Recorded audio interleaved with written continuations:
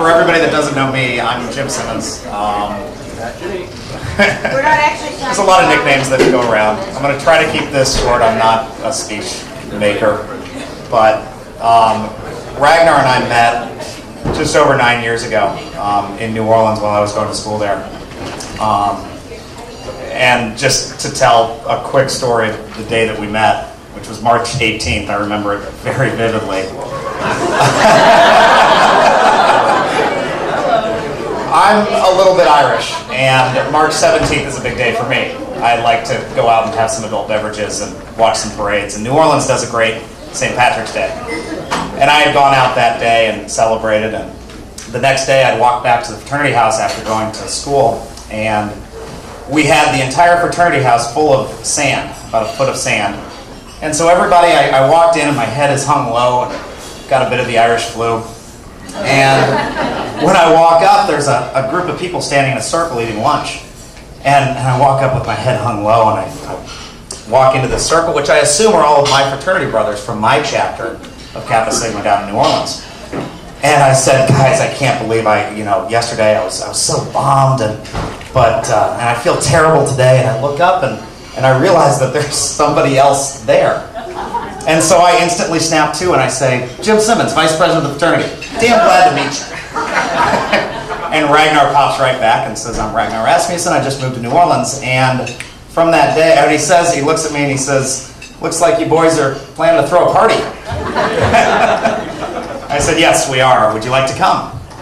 From that day, Ragnar's alter identity was born for a couple years.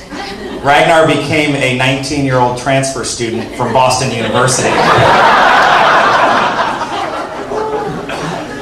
We became good friends then. When I think of Ragnar, it's always, we share so many good things in life that we love to do. We had so many common backgrounds with Chicago and Arizona. I was born in Chicago, grew up in Arizona. He grew up in Chicago, moved to Arizona. We share a love of the Cubs, a love of sailing, a love of Will Ferrell movies, a love of Sapphire and Tonics. Thank you very much. A love of NASCAR. Sorry, Megan. But I've always, from that day and for the last 9 years, Ragnar has been the big brother that I never had. He always, whenever I went through anything in life, he was always able to tell me what it was going to be like because he'd been there before.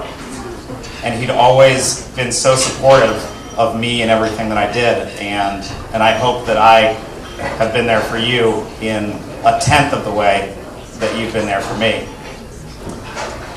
And then Ragnar moved to Houston and met Megan.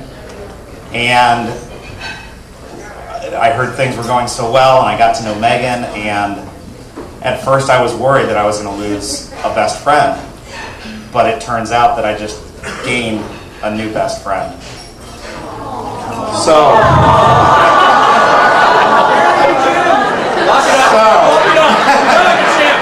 you lock it up. You lock it up.